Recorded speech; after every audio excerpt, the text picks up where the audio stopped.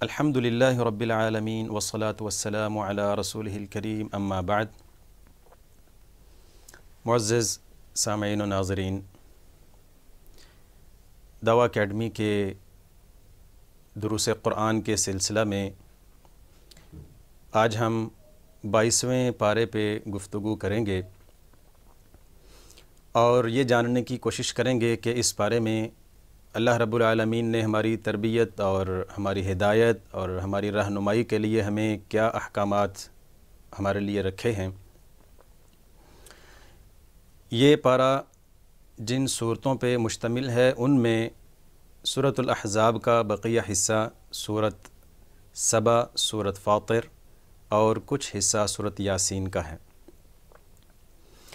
اس پارے کے آغاز میں ہی اللہ رب العالمین نے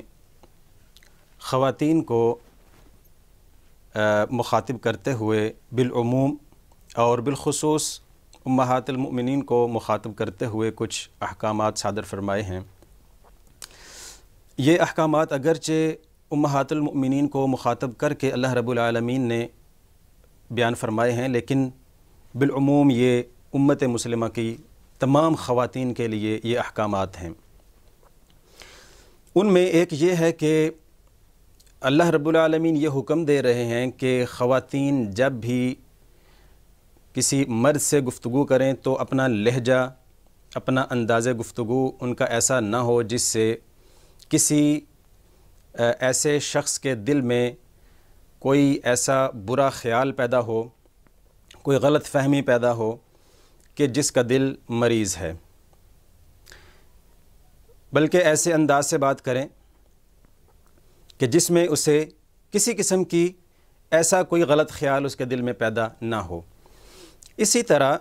ایک حکم اللہ رب العالمین نے یہ دیا کہ اپنے گھروں میں رہیں اور بے جا اپنے گھروں سے باہر نہ نکلیں، اور یہ بھی اللہ رب العالمین نے فرمایا کہ جاہلیت کے زمانے کی جو خواتین ہیں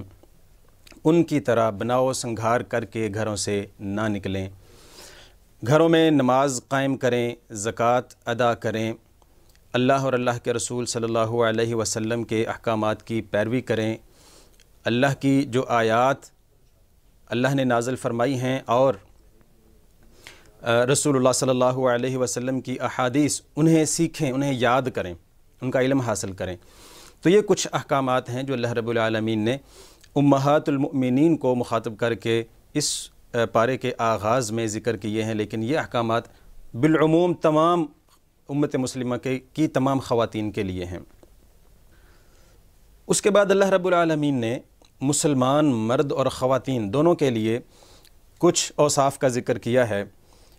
کہ ایک مسلمان خواہ وہ مرد ہو یا خاتون ہو، ایک مسلمان کی جو پرسنالٹی ہے وہ کیسی ہونی چاہیے، اس کا کردار کیسا ہونا چاہیے، اس کی شخصیت کیسی ہونی چاہیے۔ تو اس ضمن میں اللہ نے کچھ چیزوں کا ذکر کیا ہے، جن میں سب سے پہلی یہ ہے کہ وہ ایسے ہوں جو مسلمان ہوں، اللہ پہ اسلام قبول کرنے والے ہیں اور اس کے بعد ایمان لے کے آنے والے ہیں،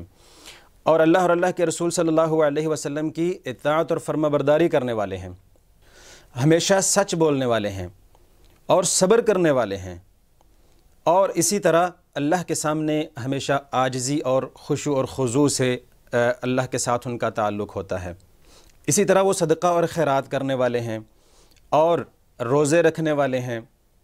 اپنی شرم گاہوں کی حفاظت کرنے والے ہیں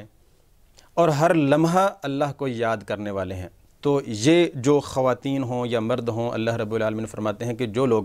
اس انداز سے زندگی گزارتے ہیں اور ان چیزوں کو اپنی زندگی کا حصہ بناتے ہیں، اعد اللہ لہم مغفرۃ واجرا عظیما، تو ایسے لوگوں کے لیے اللہ رب العالمین نے اجر عظیم کا وعدہ فرمایا ہے اور ان کے گناہوں کی بخشش کا وعدہ فرمایا ہے۔ اس کے بعد اللہ رب العالمین فرماتے ہیں کہ کسی بھی مومن کے لیے، وہ خواہ مرد ہو یا وہ عورت اور خاتون ہو، کسی کے لیے بھی یہ جائز نہیں ہے کہ جب کسی مسئلے میں اللہ کا حکم آ جائے، اللہ کا فیصلہ آ جائے تو وہ اس میں اپنی مرضی کرے۔ یہ پھر کسی بھی مومن اور کسی بھی مومنہ کے لیے یہ روا نہیں ہے۔ جب اللہ کا فیصلہ آ جائے، اللہ کے رسول کا فیصلہ آ جائے، تو اس کے بعد انسان کی اپنی مرضی اور اپنی خواہش وہ بالکل ختم ہو جاتی ہے۔ یہ اللہ رب العالمین کا ایک مسلمان اور ایک مومن کو حکم ہے۔ اس کے بعد اللہ رب العالمین نے بالخصوص رسول اللہ صلی اللہ علیہ وسلم کے حوالے سے کچھ چیزوں کا ذکر کیا ہے، گھر میں دعوت کے آداب کے حوالے سے،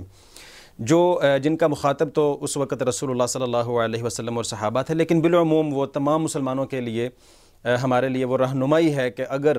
کسی کی دعوت پہ کسی کے گھر جائیں تو کن آداب کا ہمیں خیال رکھنا چاہیے۔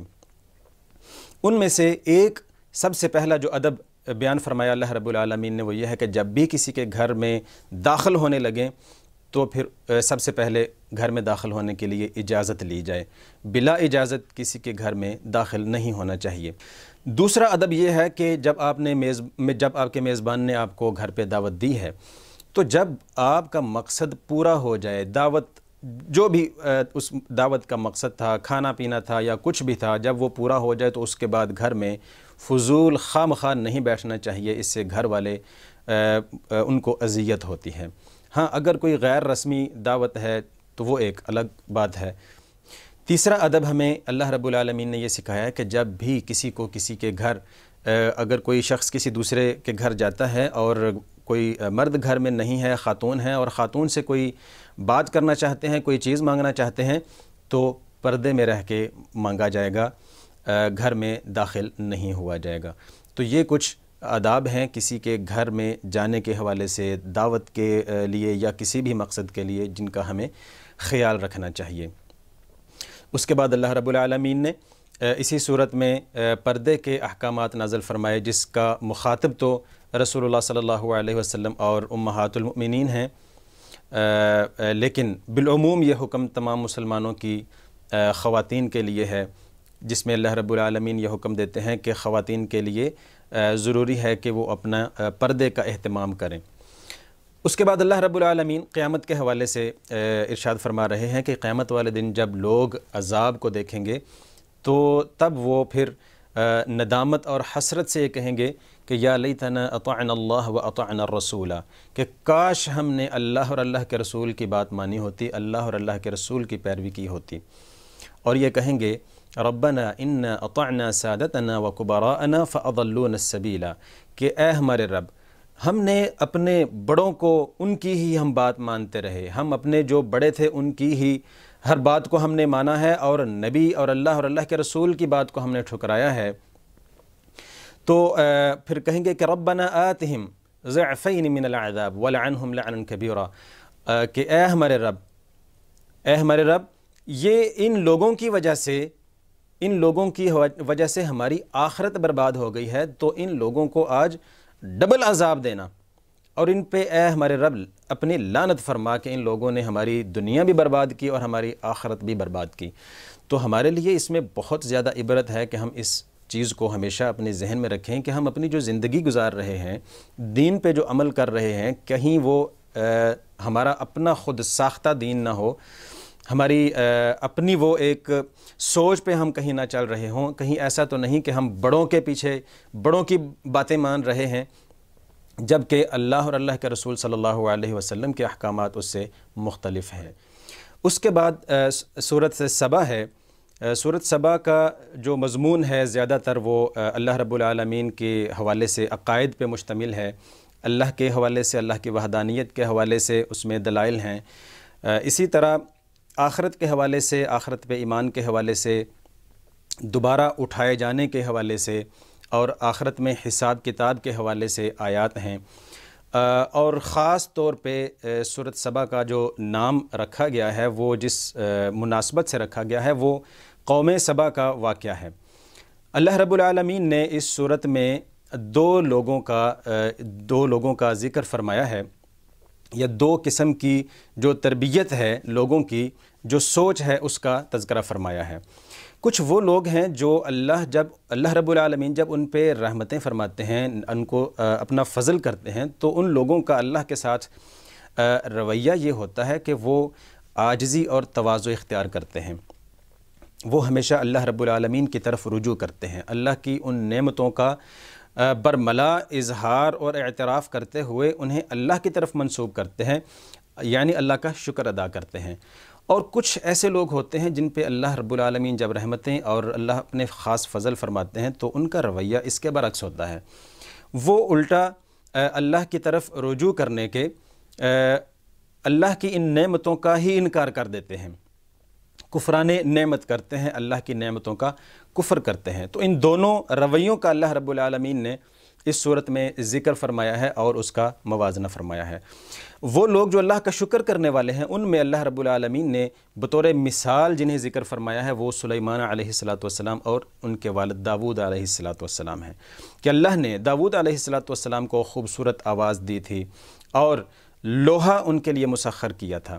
اسی طرح سلیمان علیہ السلام ان کو جانوروں کی بولیاں سکھائی گئیں، ہوا کو مسخر کیا، تو یہ اللہ کی ان پہ رحمتیں اور فضل تھا۔ اللہ رب العالمین فرماتے ہیں اعملوا آل داود شکرا وقلیل من عبادی الشکور، اے آل داود، اعملوا آل داود شکرا، میرا شکر ادا کرو، یہ جو میرے فضل ہیں تم پہ، جو میری رحمتیں اور نعمتیں ہیں ان کا شکر ادا کرو۔ اور اللہ رب العالمین کی ان نعمتوں کا انہوں نے شکر ادا بھی کیا، جس کا تذکرہ اللہ رب العالمین نے سورۃ النمل میں فرمایا ہے کہ وقال الحمد للہ الذی فضلنا علی کثیر من عبادہ المؤمنین، کہ ان دونوں نے اللہ کا ہی شکر ادا کیا اور یہ کہا کہ یہ جو اللہ رب العالمین نے ہی ہم پہ یہ فضل کیا ہے کہ اس نے بہت سارے مومنوں میں سے ہمیں منتخب کیا ہے ان نعمتوں کے لیے اور اس فضل کے لیے۔ تو اسی طرح جو دوسرا واقعہ ہے وہ قوم سبا کا ہے۔ اللہ رب العالمین فرماتے ہیں کہ اس قوم میں تمہارے لیے بہت زیادہ نشانیاں ہیں کہ ہم نے انہیں ہر قسم کی فراوانی دی تھی۔ بلدۃ طیبہ، ایک بہت بہترین قسم کا ان کا جو رہنے کا جو انداز تھا وہ بڑا ماڈرن قسم کا انداز تھا۔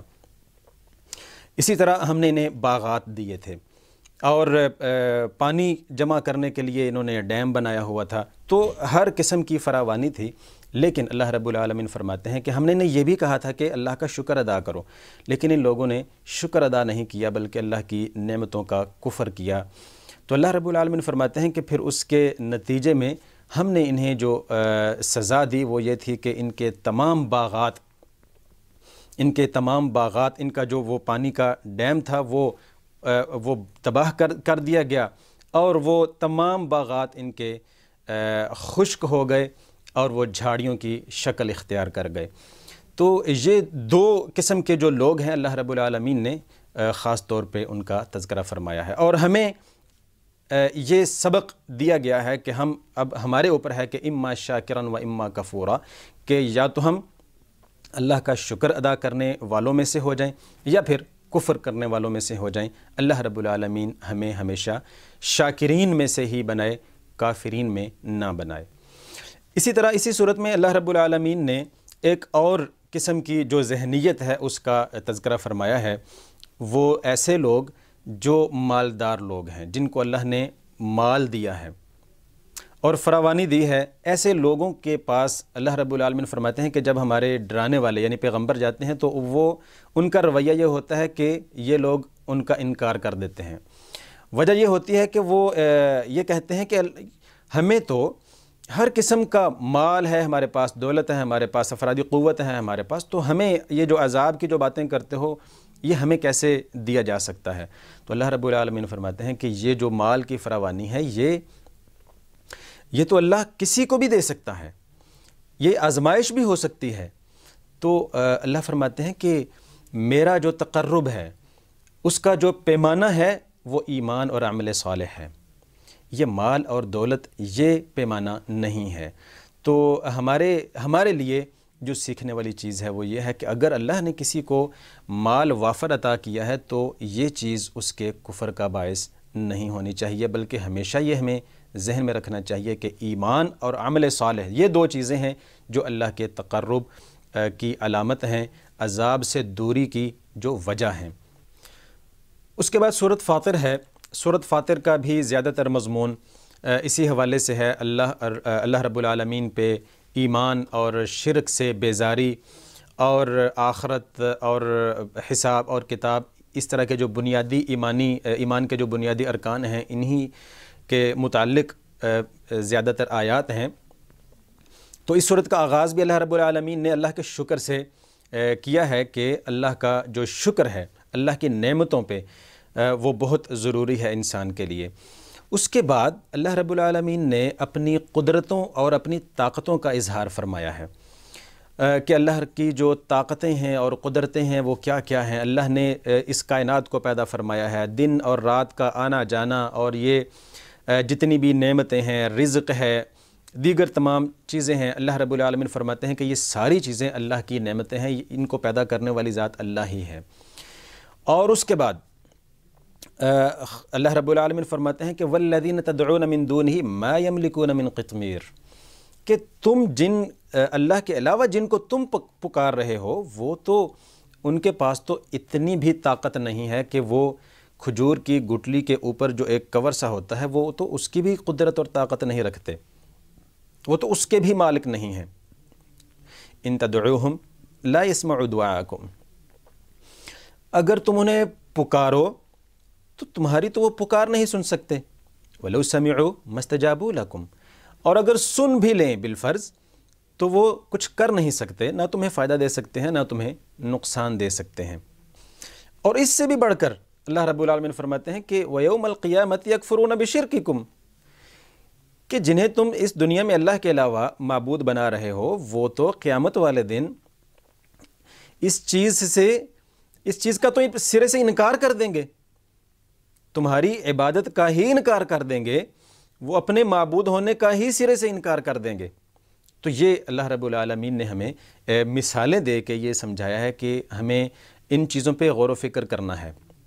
اللہ کی نشانیوں پہ غور و فکر کرنا ہے اور سوچنا ہے کہ ان تمام چیزوں کو پیدا کرنے والی ذات کون سی ہے، اور کون سی ایسی ذات ہے اللہ کے علاوہ جو ان تمام چیزوں میں یا کسی چھوٹی سی چیز میں بھی تصرف کا اختیار رکھتی ہے۔ تو اللہ رب العالمین نے تو وضاحت سے یہ اس کا بھی جواب دے دیا ہے کہ اللہ کے علاوہ ایسی کوئی ذات نہیں ہے۔ اس کے بعد اس صورت کے آخر میں اللہ رب العالمین فرماتے ہیں کہ تم زمین میں چلو پھرو اور جو تم سے پہلے جو لوگ تھے ان کو بھی ذرا دیکھو کہ اللہ نے آج تم جو اپنے مال اور دولت پہ اتراتے ہو اور سمجھتے ہو کہ تمہارے پاس بہت زیادہ مال اور دولت اور طاقت ہے، تو ذرا جو پہلی جو قومیں تھیں، جو پہلے لوگ تھے، ان کو بھی ذرا دیکھو، ان کا انجام کیا تھا، ان کی طاقتیں کیا تھیں اور ان کا انجام کیا ہوا تھا، تاکہ تمہیں عبرت ہو۔ اور اس کے بعد اللہ رب العالمین فرماتے ہیں کہ اگر اللہ تمہارے عمل کو دیکھ کر، اللہ تمہارے گناہوں کو دیکھ کر اگر فوری طور پہ تم کو عذاب دینا شروع کر دے تو پھر تو اس زمین پہ تمہیں چلتا پھرتا کوئی بھی نظر نہ آئے۔ تو کوئی بھی ایسا انسان نہیں ہے جو جس سے گناہ سرزد نہ ہوتا ہو، جو اللہ کی نافرمانی نہ کرتا ہو، ایسا تو ممکن نہیں ہے۔ ہاں، اللہ کا عذاب اور پکڑ کب آتی ہے یہ اصول اللہ نے بیان فرما دیا، اور ہمیں ہمیشہ اپنے ذہن میں رکھنا چاہیے۔ وہ اس وقت ہوتا ہے کہ جب انسان کو اللہ رب العالمین ڈھیل دیتے ہیں، پھر اللہ فرماتے ہیں کہ اس ڈھیل کا ایک وقت مقرر ہوتا ہے۔ جب انسان اس حد کو پار کر لیتا ہے تب اللہ رب العالمین پھر اس کو پکڑ لیتے ہیں، اس کی جو رسی ہوتی ہے اس کو کھینچ لیا جاتا ہے، تب اللہ رب العالمین اس پہ اس کو سزا دی جاتی ہے۔ تو ہمیں ہمیشہ کوشش کرنی چاہیے کہ اپنے اللہ سے، اپنے رب سے اپنے گناہوں کی ہمیشہ معافی مانگتے رہا کریں، اور ہمیشہ یہ دعا کریں کہ اے ہمارے رب، کبھی بھی ہماری جو رسی کھینچنے والا جو ایک نوبت ہے وہ نہ آئے۔ ہمیں اپنے گناہوں کی معافی مانگنی چاہیے، ہمیں اپنے اللہ کی طرف رجوع کرنا چاہیے، ہمیں ہمیشہ استغفار کرنا چاہیے۔ تو اللہ رب العالمین سے دعا ہے کہ اللہ تعالی ہمیں قرآن کی ان تعلیمات پہ عمل کرنے کی توفیق عطا فرمائے۔ وما علیہ الا البلاغ المبین۔